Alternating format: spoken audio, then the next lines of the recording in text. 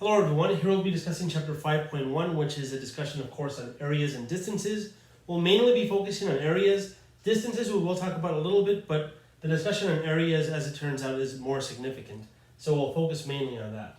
So here's the area problem. Given a curve y equals f of x above the x-axis on a closed interval a to b, what is the area under the curve? So of course when I say under the curve, I really mean under the curve and above the x-axis, treating the x-axis kind of as a floor. So here I have an image, this is the visualization, we have some curve f of x, we have a closed interval a to b, and we want to find the shaded red area here, the area of the shaded region. Now the general solution is to create rectangles of the same width, which are normally referred to as delta x. Find the total area of the rectangles in terms of the number of rectangles, which surprisingly actually can be done sometimes. And then take the limit as the number of rectangles goes to infinity. Note here that as n goes to infinity, then delta x will actually go to 0. And this makes sense because if they're all the same width, as you have infinitely many of them, the width of each of them will decrease actually. Now, just to give an idea of what this image will look like, we'll draw this a lot in this video, is to create these so-called slices. Now, in general, you want to create n many slices. Here it looks like I have 7 or 8, something like that. And we'll label them, of course, as x1, x2, x3, and so on. The last one will be xn, which will be b itself. And then a you can think of as being x0. Now, if they're all going to have the same width, and that means this distance here, I don't know if you can kind of see, it's kind of small. This distance is delta x, so delta x really is equal to the distance between any of these subsequent x sub values. So you can think of it as x sub I minus x sub I minus 1. So delta x is just the difference between any consecutive x values basically. But since they're all the same width, that also actually implies that what you can do is find the distance from a to b, which is just the difference, b minus a, and then divide it by however many rectangles you want. So also we can write delta x as b minus a all divided by n, which is a fairly easy thing to compute normally, and this certainly makes sense. We're just dividing the distance here into n equally spaced, or equal distance, equal width rectangles, and then that'll be the width of each of them. And yeah, so that's kind of what we'll be doing. But notice here, these are slices, not rectangles. Now the question is, well, do we want to make a rectangle from which of these points? Because we could do it from the left or from the right. And to be quite honest, you can actually even better, well, maybe not better, but even more generally, I guess I should say, is pick some random value in between in these so-called sub-intervals, and then just create random, I guess, ceilings for these things above, intersecting the function, and then create these rectangles. So the sum of these rectangles, rectangular areas I should say, is an approximation of the function under the curve. And notice the more rectangles you have, the thinner each slice will be, and the more accurate it will be to the actual area under the curve, hence taking the limit as n goes to infinity. So I'll show that in this example, but I'm also going to actually find the exact area using a different kind of technique. Basically, in this case, this is a very special type that we'll see shortly. Since 3x minus 2 is just a line, I can just graph a line and actually find the area of that trapezoid that results. So I'll show that in a few different ways. But here we want to find the area under this curve, so we can graph it. 3x minus 2, of course, has a y-intercept of negative 2. And a slope of 3 over 1. And in fact, really what we can do is we can plug in 1 and 5 and see where it lands us. I think that's what I'm actually going to do here. So notice that it passes through these points like this. But without drawing it super to scale, when you plug in 1, well, you can kind of see it. When you plug in 1, you get 3 minus 2, which is 1 itself. So let's just say this is 1. Okay, and when you plug in 5, which is way over here, you get a value that's way above, and let's just say that's over here somewhere. So I'm not going to make it look, again, super to scale, but something like that. I guess is okay. Make it look somewhat to scale, I guess. Doesn't really matter. That looks a little better, I guess. And the value you get when you plug in 5, of course, is going to be 15 minus 2, so that's 13. And again, not really to scale. And we want to find the area under the curve. And notice in this case, we could actually find the area exactly without using this whole rectangle thing. But I'm still going to do it this way just to show that we'll get a result that'll be the same as this result. So this area here really is just, if you split it up, you have this rectangle that's a 1 by 5, so its area is 5. And you have a triangle that is actually a 12 by 5. Actually, it's not by 5, it's by 4, isn't it? Because 5 minus 1 is 4. There we go. So this is a 1 by 4, so its area is 1 times 4, which is 4. And the triangle above it is a 12, because 1 minus 13 is 12, by 4. So the area of a triangle, of course, is 1/2 base times height. So that's going to be 12 times 4, which is 48, but half of that will be, well, 24. So the total area here will actually be 28. Now I mentioned this is a trapezoid shape, and it really is, if you think about it. In fact, one way to draw the shape here is to draw it like this on its side. And notice this is nothing but a right trapezoid. And a right trapezoid has an area of the sum of the two bases times 1/2 the height. And here the height is 4. This top base is 1, this bottom base is 12. And notice that the area in this case is just going to be 1/2 the height times the sum of the two bases, which, let me see here. Oh, you know what? This base is 13, isn't it? There we go. That makes more sense now.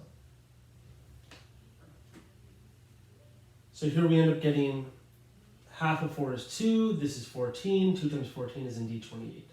So I found the area 2 different ways, but they're kind of equivalent. It's just using geometry, basically. But notice that this doesn't always happen, right? This is only the case that we have, because we have a line. If we have some weird curve, who knows what result we can actually use. In fact, in general, you can't use any results from geometry because they're only due to these kind of polygon shapes. With the exception of a circle, of course, but even then it still gets a little wonky.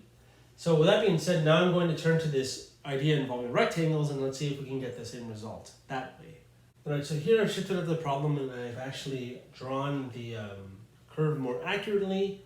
And now we're going to try to attempt to do this by the rectangle method. Now, one thing that you may notice is that these are 4 apart. So something that you may consider doing is actually splitting this up with 4 slices, just to get an idea of how this works. And that's not a bad idea, because notice the rectangles you get will have a width of 1 each. And you'll actually get these kind of slices. Of course, they're not quite rectangles. And there's actually 2 ways of doing this. We can use the left points of each section. And this is actually known, in this case, as L4. So that's using the subscript 4 is the amount of rectangles. The L, of course, is using the left endpoints. Or, instead of doing that, we can actually use the right endpoints. So like this right one, this right one, this right one, and this right one.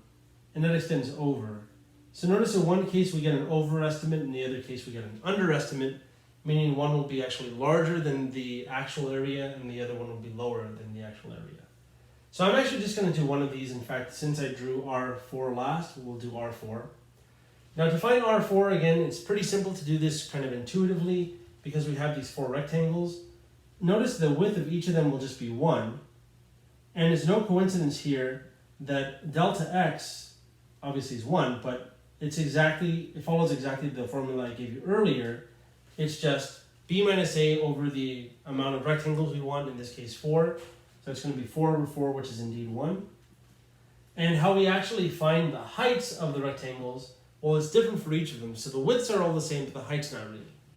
So to find the heights, since we're using the right endpoints here, we really need to plug in the values into the function to see what the y value is. Now the right endpoints, of course, are 2, 3, 4, and 5 in this particular instance.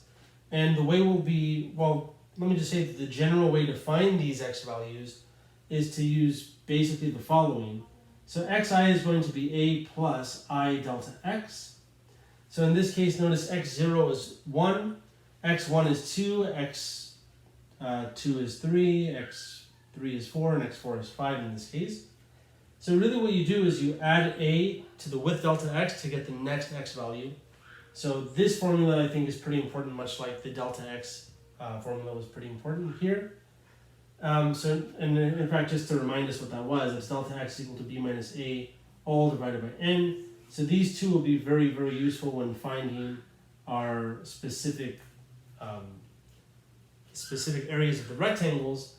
Now again, the height is going to be plugging these x values into the function. We need to know which ones to plug in. We're plugging the right ones, so we're going to plug in 2, 3, 4, and 5. So when you plug these in, here's what we're going to get. We're going to get the height at the first x value, so it's of x1 times delta x. That's the first rectangle here. Plus the height at the second x value, x2 times delta x, and then of the third one times delta x, and then of the fourth one times delta x, and we'll actually generalize this as well. Now again, because we're using the right endpoints, we're going to start with x1 and move on to x sub n, in this case x4.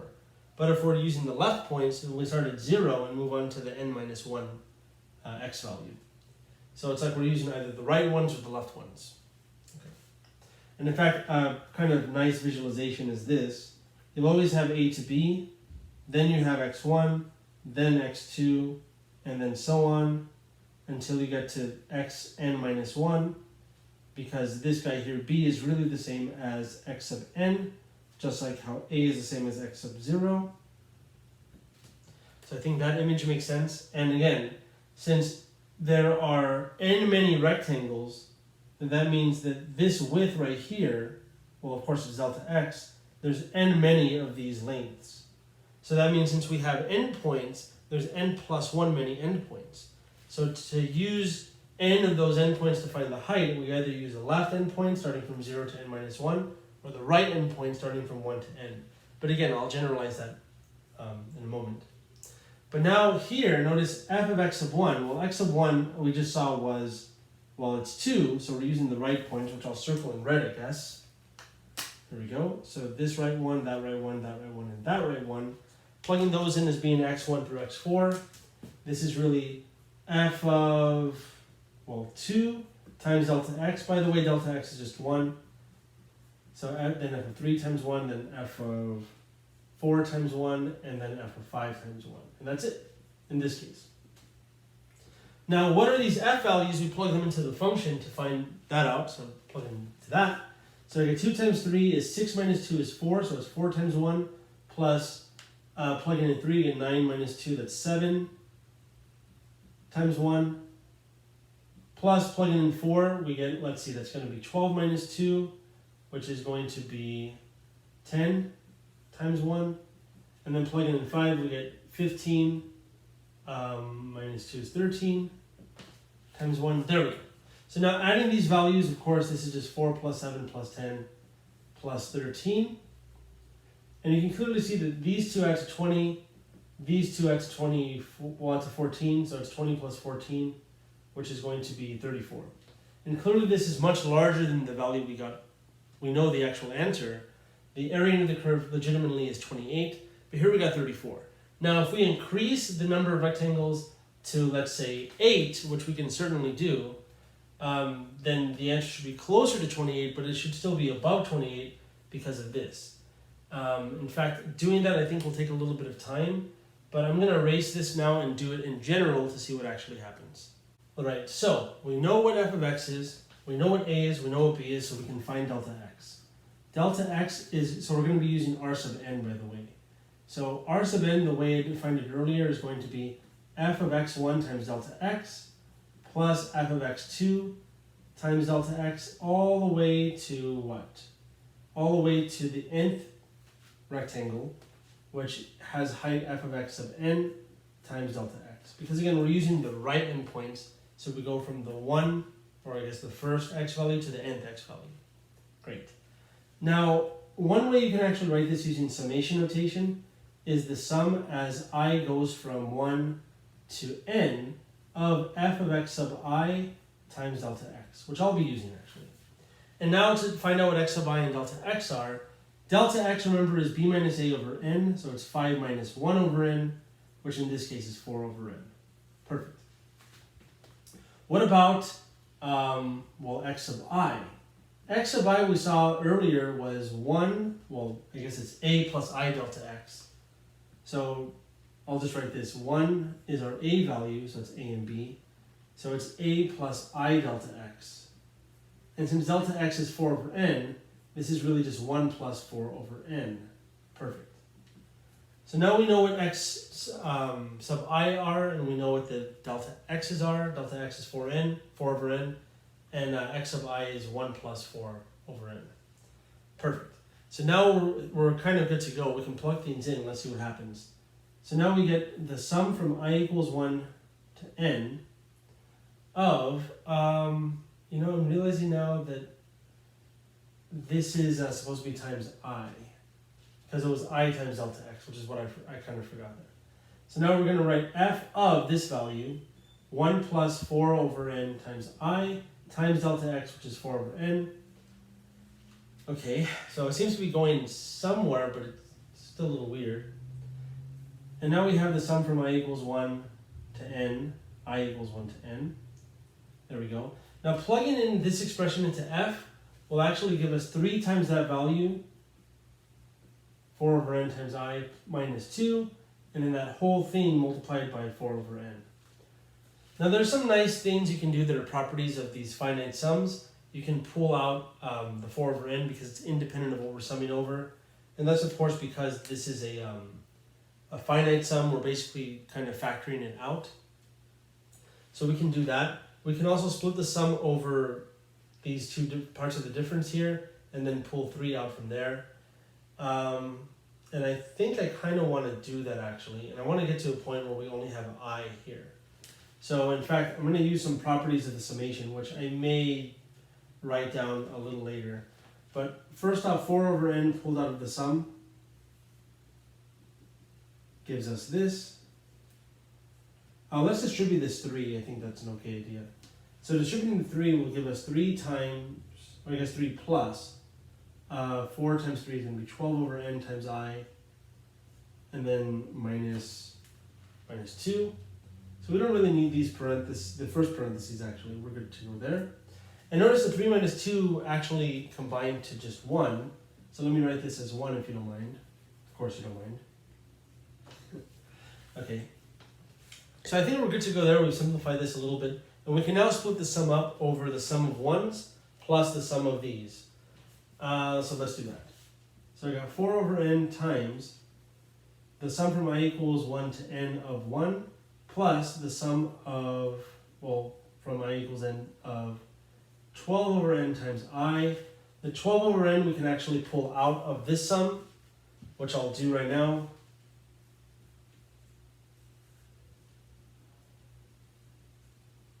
Much like that. Now here the sum of 1 is just 1 plus 1 plus 1 plus 1, well, n times. So if it was going from 1 to 2, 1 plus 1 is 2. If it was going from 1 to 3, 1 plus 1 plus 1 is just 3. In fact, really the sum of 1's n many times from 1 to n is just n itself. So this is going to be straight up n. So I hope that part's okay. Now, of course, we could distribute the 4 over n in this case, and it'll cancel the n here, and actually give you 48 over n there. And then I think we're going to be okay. So let's actually see what happens. So that will give us 4 plus 48 over n squared times the sum from I equals 1 to n of just I. Now, I don't want to go over too much of the explanation of what I'm about to use, which is a little unfortunate, I think, because it deserves a proof on its own right, but you can look into it if you want on your own. But I'm just going to use this fact, and then we'll kind of agree that it gives us the same result. So I'm going to erase this and write down a few things then. Right, so I've left these facts here so we can kind of see them and use them as needed. I've even drawn the graph here of the parabola y equals x squared on the interval from 0 to 1, and I've depicted the area here with these vertical lines representing these so-called slices. So now I want to use Rn. We could use Ln like I said, but I'll use Rn. So in order to use Rn, we need to first find out what delta x is, and then from there we can find out what x sub i's are. So delta x, of course, this is a and b, so it's b minus a, 1 minus 0 over n, so we get 1 over n. For the x of i's, that's going to be a, which is 0, plus I times delta x, so it's 1 over I times, well, 1 over n times I, which I'll just write, if you don't mind, as I over n. So we have delta x and we have x sub I, and recall that R sub n is the sum from I equals 1 to n of f of x sub I times delta x. So plugging values in, we can see that this is just, well, the sum from I equals 1 to n of f of I over n times 1 over n. So let's simplify a little bit more. When you plug I over n into, well, x squared, you get I over n all squared, which is I squared over n squared. I'll leave it like that. And what else? Oh, times 1 over n. In fact, notice these combined actually is just I squared over n cubed. And now I'll take advantage of this first fact I've shown here, that a constant can be pulled out. In reality, this constant is really just a number that is independent of the indexing variable I. So 1 over n cubed is a good candidate of that. So we can pull 1 over n cubed out of the sum. And we'll get 1 over n cubed times the sum from I equals 1 to n of just I squared. And now that sum we know from this last fact. So I'll write that here. So we have 1 over n cubed times this whole thing, which is, well, let's see, it's going to be n times n plus 1 times 2n plus 1 all over 6. Now we probably should distribute this, maybe FOIL some things out, and then from there I think we should split the sum up all over, well, 6n cubed. But I think what you may notice here that kind of happens, it's a little interesting, is that the leading coefficient will be 2. So if you FOIL this out, you'll get 2n squared. When you distribute the n, you get 2n cubed. The rest will involve n, lower powers of n actually. So when you divide by n cubed, those will actually cancel maybe a little bit, but in the limit they'll actually go to 0. So really what we're left with is 2n cubed over 6n cubed. The n cubes cancel, so we just get 2 over 6, which is 1 over 3. But I'll show it by FOILing out a little bit. So let's see, if we FOIL this part out, let me just show this. We get 2n squared, so it's 2n squared, n, 2n, so it's 3n, and then plus 1. If you distribute this n into that, this gives us 2n cubed plus 3n squared plus n, and we're dividing this whole thing by 6n cubed, just like that. So if we split this up like I mentioned earlier, each of these all over 6n cubed, just like this. You'll notice you get cancellations in a few of these. Here you get cancellations a lot, that's just 1/3. Here you get some cancellations, so it's 1 over 2n. Here you get a little bit of cancellation, so it's plus 1 over 6n squared. But notice in the limit, as n goes to infinity, these each go to 0 because they have an n left in the denominator. So our answer really is just 1/3. Which seems like it would be the case if you think about it, because, well, it's a little bit weird based on the drawing, but it seems like it kind of would be the case, because notice that this area is contained inside the 1 by 1 square, so the area of the square is 1, and this is definitely less than half because it's below the diagonal. So the area would be less than 1/2, and 1/3 is a good candidate for that. But we've actually proven here that the area is 1/3 using this idea of finding the sum in general in terms of the amount of rectangles, then taking the amount of rectangles to infinity in the end. Which again, can't really always be done, but if you're trying to find these areas by hand, this is kind of what you have to do. So again, that's kind of all I want to say as far as these go, but at least I'm going to give you a summary of what we've done here before moving on to distances now. Right, so here's a summary of basically what we discussed. So we have this setup where we have the area under the curve that's above the x-axis. We want to find the area under the curve using rectangles, basically as estimations.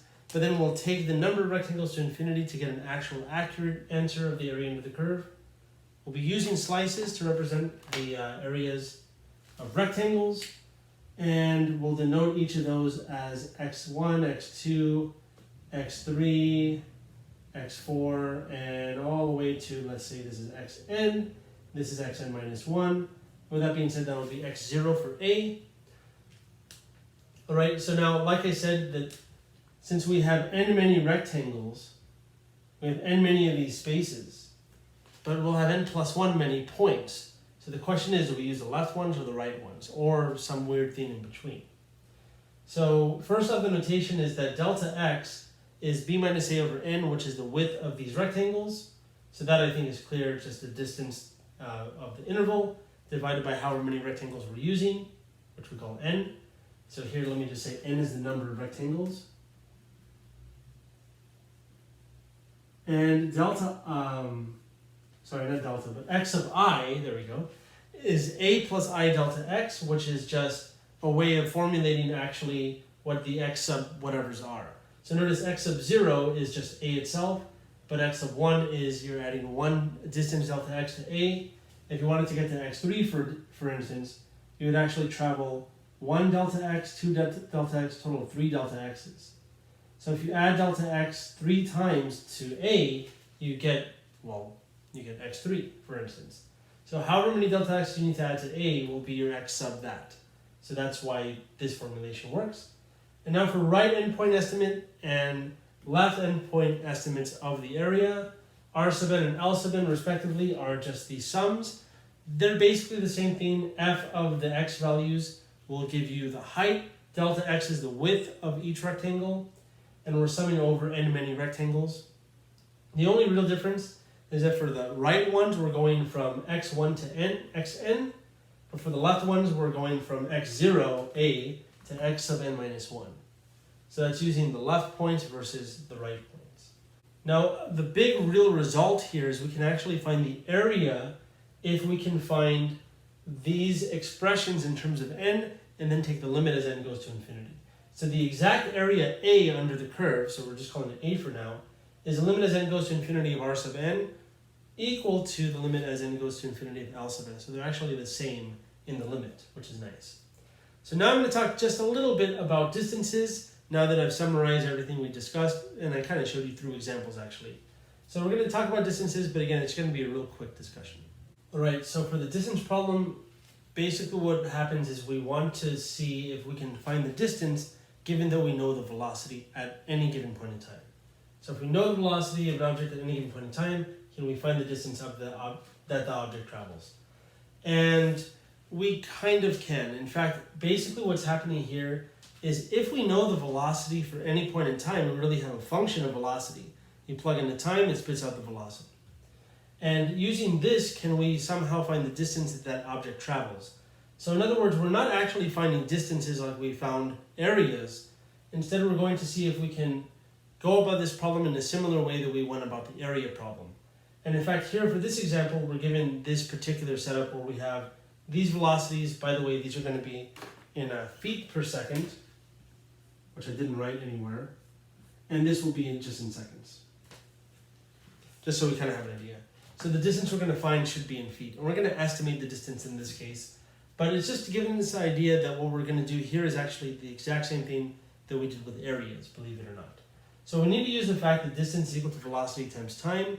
And in fact, if the velocity was constant, then this question is a joke, really. But if the velocity varies, like it does here, changes depending on the time, well, then the distance we travel isn't very obvious. So the way we're going to go about this is basically we want to graph our velocity function, f of t. So if you kind of consider a graph, and this is t, the function f of t may look, so I guess this is going to be like v for velocity. So the function v equals f of t may look a little funny, and we can actually kind of find out what it looks like based on this. Of course, if we were given an equation, you can just graph it and we're good to go, kind of like we saw in the previous examples for area, but here not so much. But in fact, we can kind of do something similar. So let me try to graph this. We've got 0, and that's 5, 10, 15, 20, 25, and then let's say that's 30. So not super evenly spaced, but that's okay. And then here, let's say this is, let me see, so let's do that as being 10, 20, 30, 40, and let's just say 50. So let's see, 47 is going to be about here, and that represents 20, which is this guy. Okay, so from 0 we get 25, which is going to be right in between 20 and 30. And then at 5 we get 31. At 10 we get 35, it's a little higher. And at 15, what do we have? 43, which is a little higher than 40. And at 20 we have 47, which I've already done. 45 is going to be in between those, so it's going to be a 25. And then finally 41, which is kind of like that. So we get an idea of what the function looks like. It kind of looks like it's doing this weird curve kind of thing. But really what we're doing is we can actually look at these points on the curve. And really what we're doing is we're using the fact that the distance equal to velocity times time for any given point, assuming that it's constant. But if it was constant velocity, it wouldn't be a curve, it would just be a straight line. But we're assuming it's constant in between these 5-second intervals, depending which one you want to use. So the question is, which do we use? Do we use the right point or the left points? Similar conundrum that we had with the previous problem. So here I'll just use the left points actually. So here I'm going to assume it's 25 from 0 to 5 seconds. Pretend that was a perfect rectangle. It looks a little better, I guess. Maybe not. There we go. And then let's assume that it's 31 from 5 to 10 seconds.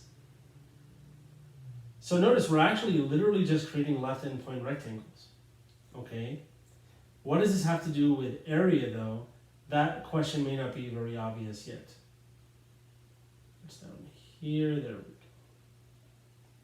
And using this left endpoint, we get that. Good. So now notice the velocity times time. Velocity is the height of these rectangles, and the time interval, 5-second time intervals, will just be the distances here, which is the width of these rectangles, 5. So really the velocity, which is the height, times time, which is the width, really does represent the area actually. And we can actually find these by basically multiplying. But remember here, we're using the left points. So I'm using these here. The width of each of these is 5. So really all I'm doing is just multiplying each of these values by 5 and then adding those results, and that'll give me an estimation of what the distance is. So notice that if we're doing 25 times 5 plus 31 times 5 plus 35 times 5 all the way to 45 times 5, something I didn't actually show you with areas is that these kind of represents delta x, by the way, just the width of these time intervals. And what we can actually do is pull delta x out because they all have that in common. And I kind of did that, but I didn't really say it in a practical example like this, where we're actually estimating. So let me pull out that 5, and really it's 5 times the sum of these. So it's 25 plus 31 plus 35 plus 43 plus 47 plus 45. And we're almost done. I'm going to just kind of sum these up in a kind of weird, maybe not super obvious way. These combine to 90, for instance. Let's see, these combine to, what do those combine to? They combine to 60. And then finally, these two combine to 76. There we go, yeah, 76. Just want to make sure I have, yeah, we have 16s, I have 3 pairs. Good.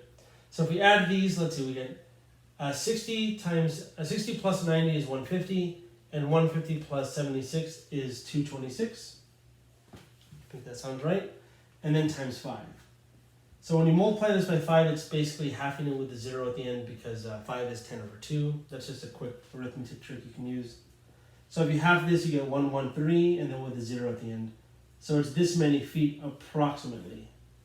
So this is approximately the distance. In fact, this is an estimate of the distance in feet. Which is kind of interesting that we can do this. And in fact, really this is a good place to stop the video, because what the area problem kind of does for us that may not seem very obvious at first glance, this makes it a little more obvious. It is the opposite of the velocity problem. The velocity problem was to find the velocity, instantaneous velocity at a given point, and this is kind of to use velocity to find distance going backwards. What the velocity problem turned into was a tangent line problem, which were derivatives. This is essentially trying to model that process in reverse though. So maybe, just maybe, there's a tie-in from areas to antiderivatives. And in fact, we'll see more of that in 5.2 and even more in 5.3. And that's going to be a lot of fun. So I'll see you in the videos for that. Hope you enjoyed this, and I'll see you then.